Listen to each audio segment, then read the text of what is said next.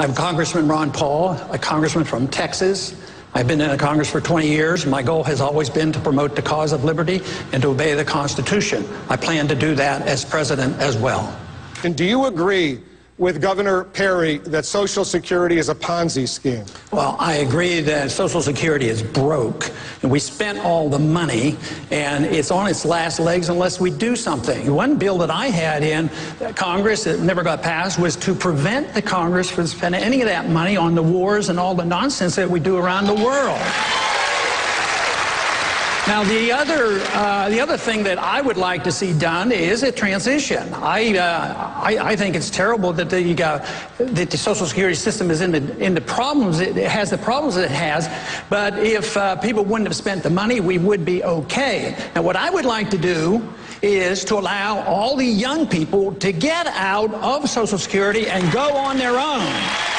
Now, the big question is how would the funding occur? If you were president of the United States, would you repeal prescription drug benefits for seniors under Medicare? Congressman Paul, what about you? Would you repeal it? Well, we shouldn't have never started it. I voted against it, but that sure wouldn't be on my high list. I would find a lot of cuts, a lot of other places. Matter of fact, on Social Security, it is already being reformed because the cost of living increases aren't there, so the value is going down.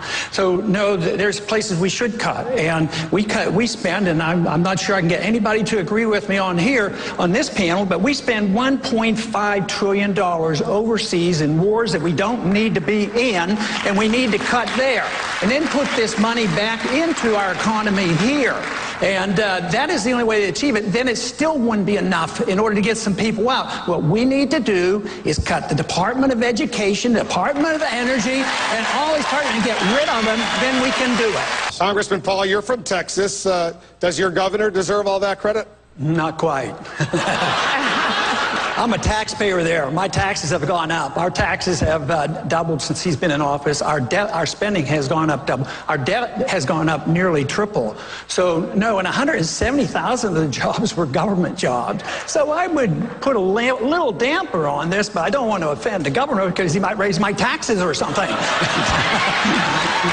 But I would like to mention something that was said earlier about a tax cut. And how do you pay for a tax cut? I think that's the wrong principle, because when you give people their money back, it's their money. You don't have to pay for it. That means the government owns all of our money if you look that way. All right. So we have to cut the spending, and a good way to start, there's a little embassy we built over in Baghdad. It cost us $1 billion. It's bigger than the Vatican. That's what's bankrupting this country, and that's the easy place to cut. That's where we should be cutting. Under what circumstances should a president sign an executive order, and how frequently should such an order be signed? Congressman Paul. The executive orders have been grossly abused by all administrations for a lot of years. But you can't. But some executive orders are legal. When the president executes proper function of the presidency, like moving troops and other things, yes, it's done with an executive order. But the executive order should never be used to legislate. That is what is so bad. So the executive order should be taken under control, and I've made a promise, if as president, I would never use the executive order to legislate. You're a physician, Ron Paul, so you're a doctor. You know something about this subject. Let me ask you this hypothetical question. A healthy 30-year-old young man has a good job, makes a good living, but decides, you know what, I'm not going to spend $200 or $300 a month for health insurance because I'm healthy, I don't need it. But, you know, something terrible happens, all of a sudden he needs it. Who's going to pay for if he goes into a coma, for example? Who pays for that? In a society that you accept welfareism and socialism, he expects the government to take care of it. What do you want? But what he should do is whatever he wants to do and assume responsibility for himself. My advice to him would have a major medical policy, but not before. But he doesn't have that. He doesn't have it, and he needs intensive care for 6 months. Who pays? That's what freedom is all about, taking your own risk. This whole idea that you have to prepare and take care of everybody. But, Congressman, are you saying the society should just let him die? No. I practiced medicine before we had Medicaid in the early 1960s when I got out of medical school. I practiced at Santa Rosa Hospital in San Antonio, and the churches took care of them. We never turned anybody away from the hospital. And we've given up on this whole concept that we might take care of ourselves, assume responsibility for ourselves, our neighbors, our friends, our churches would do it. This whole idea, that's the reason the cost is so high.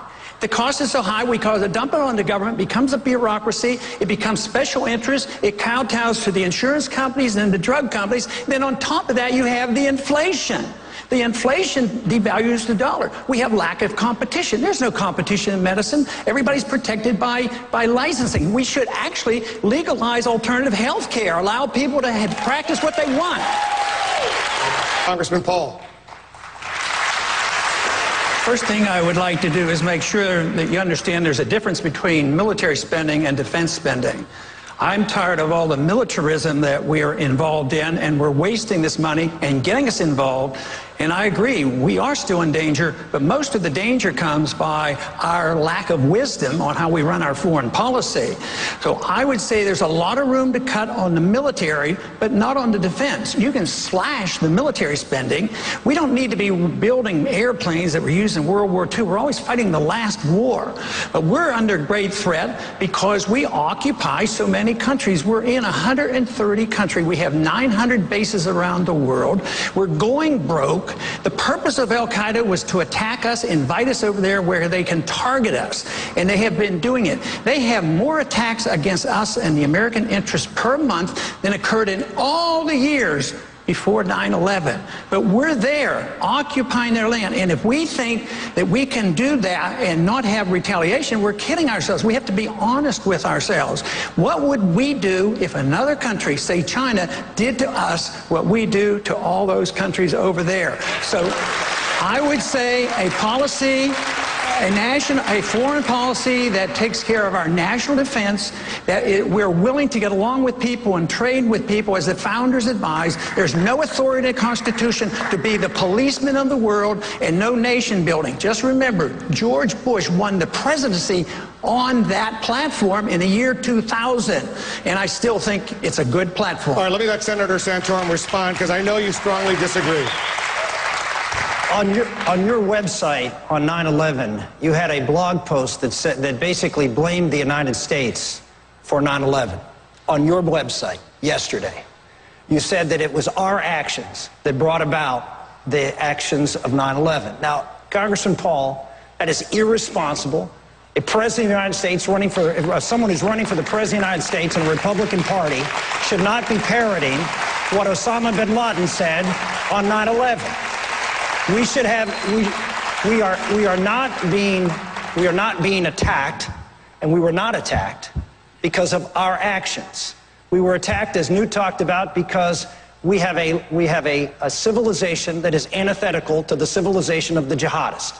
And they want to kill us because of who we are and what we stand for. And we stand for American exceptionalism. We stand for freedom and opportunity for everybody around the world. And I am not ashamed to do that. 30 seconds, Mr. Paul. As long as this country follows that idea, we're going to be under a lot of danger. This whole idea that the whole Muslim world is responsible for this and they're attacking us because we're free and prosperous, that is just not true. Osama bin Laden and Al-Qaeda have been explicit. They have been explicit, and they wrote and said that we attacked America because you had bases on our Holy Land in Saudi Arabia. You do not give Palestinians a fair treatment, and you have been bombing. I didn't say that. I'm trying to get you to understand what the motive was behind the bombing.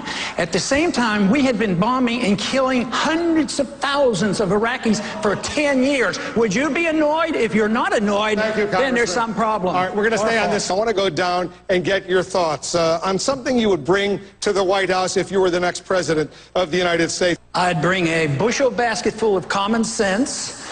And I would also bring a course in Austrian economics to teach the people the business cycle and why the Fed creates inflation and depressions and all our unemployment problems.